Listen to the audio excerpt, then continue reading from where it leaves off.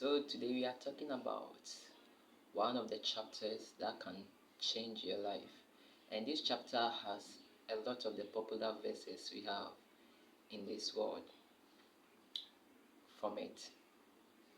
This chapter is a chapter that has a lot of wisdom in it. And we'll be talking about it, Proverbs chapter 3. Yesterday we talked about Proverbs chapter 2. Today is Proverbs chapter 3. We'll be looking at it, looking at how the verse are structured and what we can learn from it. And it is very interesting. It's very interesting. So let's start. Proverbs chapter 3. It start by saying, "My son, do not forget my law, but let your heart keep my command." It says verse 2, "For length of days and long life and peace they will add to you." He's saying that do not forget my law, keep my commandments. For length of days, long life, all these things will be added to you because you've kept my law and you've kept my command. Verse 3 says, "Let not mercy and truth forsake you." It says, "Bind them around your neck. Write them on the tablet of your heart, and so find favor and high esteem in the sight of God and man."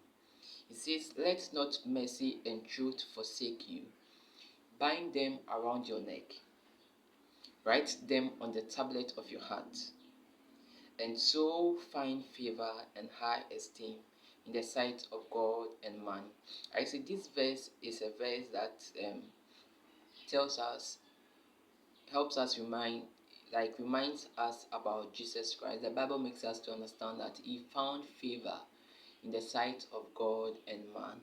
So he's trying to say that anytime we keep peace, anytime we keep telling the truth, he says we shouldn't forsake the mercy and truth.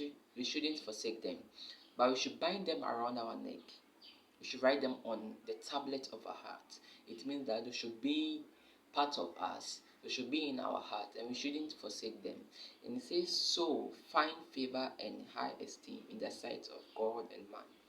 He says when we do that, we'll find favor in the sight of God and man. The sight of God and man. And the next verse is actually the most popular verse in this chapter. It says, "Trust in the Lord." That's verse 5. "Trust in the Lord with all your heart."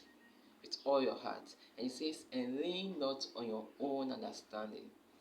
Trust in the Lord with all your heart and lean not on your own understanding. Trust in the Lord. Verse 6 says, "In all your ways acknowledge him, and he shall direct your path." I say God is always ready to direct our path. But if we do not trust him, if we do not acknowledge him, there's no way he can direct our path. Can't direct our path if we do not trust him. So he's saying we should trust him with all our heart, not part, all our heart. And we shouldn't lean on our own understanding. And it says in all our ways, in all our ways, in all the things we do, we should acknowledge him. We should acknowledge him, and he shall direct our path. Verse 7 says, "Do not be wise in your own eyes." Do not be wise in your own eyes. It says, "Fear the Lord and depart from evil." Do not be wise in your own sight, in your own eyes. It says, "Fear the Lord and depart from evil." It says, "It will be health to your flesh and strength to your bones."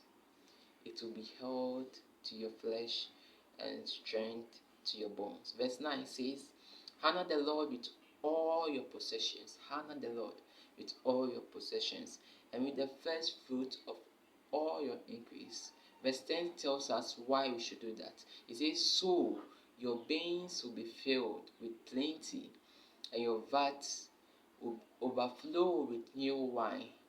When you honor the Lord with all your possessions and with the first fruit of all your increase. It says your veins will be filled with plenty, and your vat will overflow with new wine. Verse 11, it says, my son, do not despise the chastising of the Lord, nor detest his correction. Do not despise the chastising of the Lord. I say God will always rebuke us when we do something that is wrong. And he's saying that we shouldn't despise him. We shouldn't despise him, nor detest him, his correction. He says, verse 12, he says, from whom the Lord loves, he corrects, just as a father, the son in whom he delights. The reason why God chastises us, the reason why God corrects us, the reason why God rebukes us is because he loves us. And just like a father loves his son, or just like the father delights in his son, the father always has to rebuke the son when the son does something wrong or makes a mistake, because he wants the son to be better. He wants the son to be better.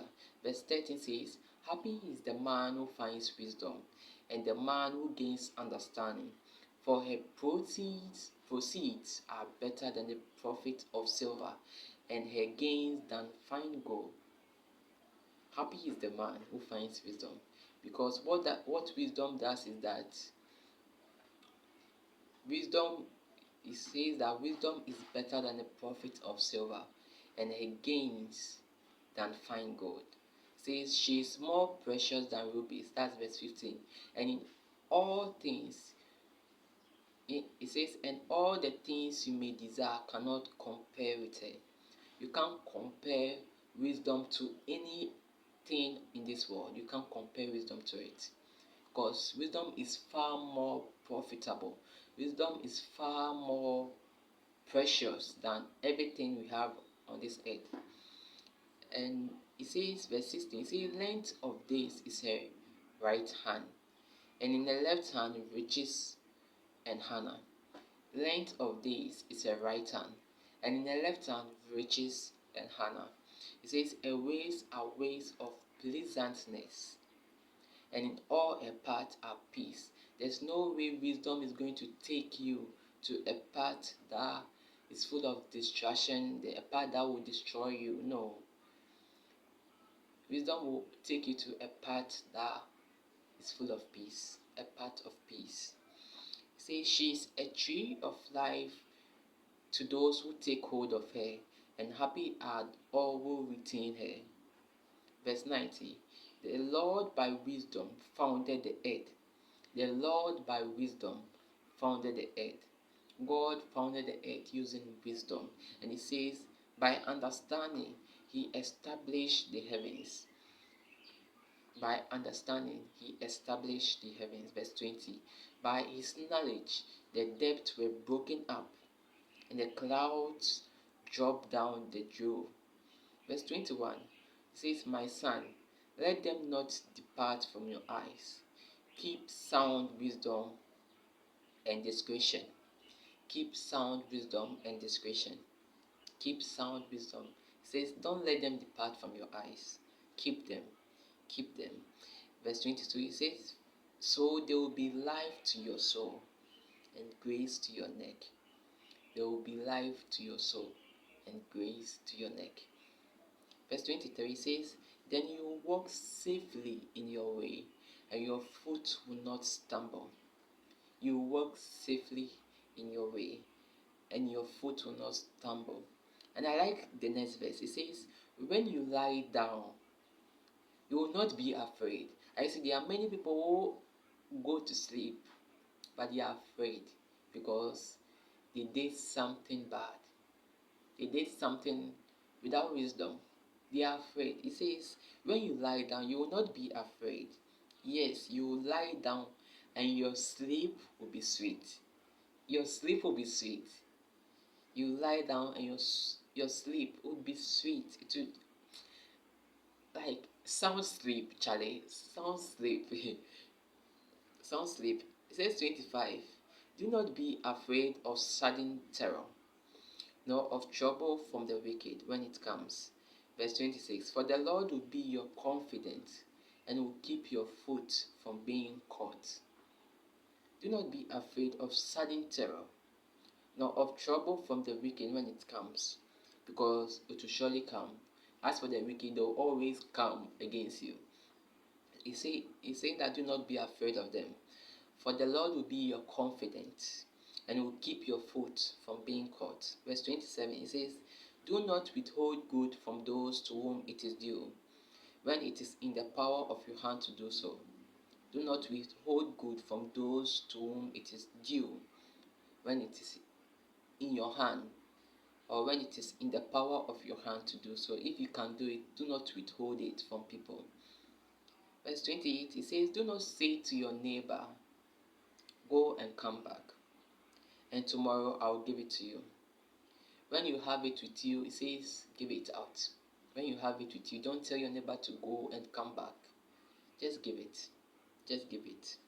Verse 29 says, do not devise evil against your neighbor, for he dwells by you for safety's sake. There's a reason why your neighbor has his house close to you. There's a reason why your neighbor is closer to you, has his door next to you. It's because of safety's sake, for safety's sake. It says, do not strive with a neighbor without cause, for he has done to you.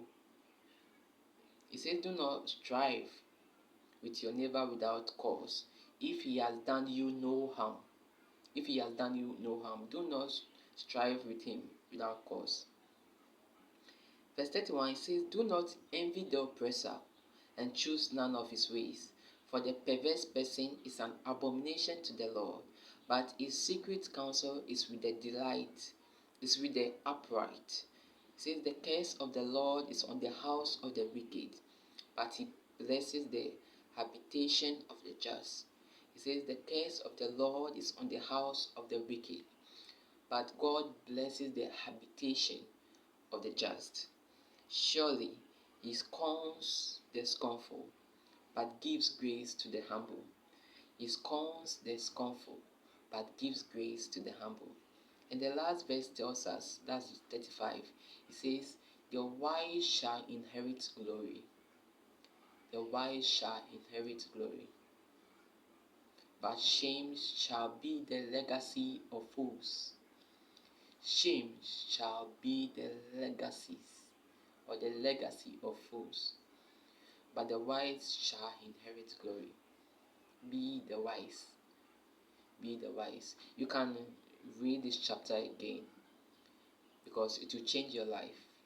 This chapter will change your life. And it's not just for the young, but it's for everyone. Trust in the Lord and lean not on your own understanding. It says, in all your ways acknowledge him. In all your ways acknowledge him. It says, he shall direct your path. It says, do not be wise in your own eyes. Do not be wise. It will be held to your flesh.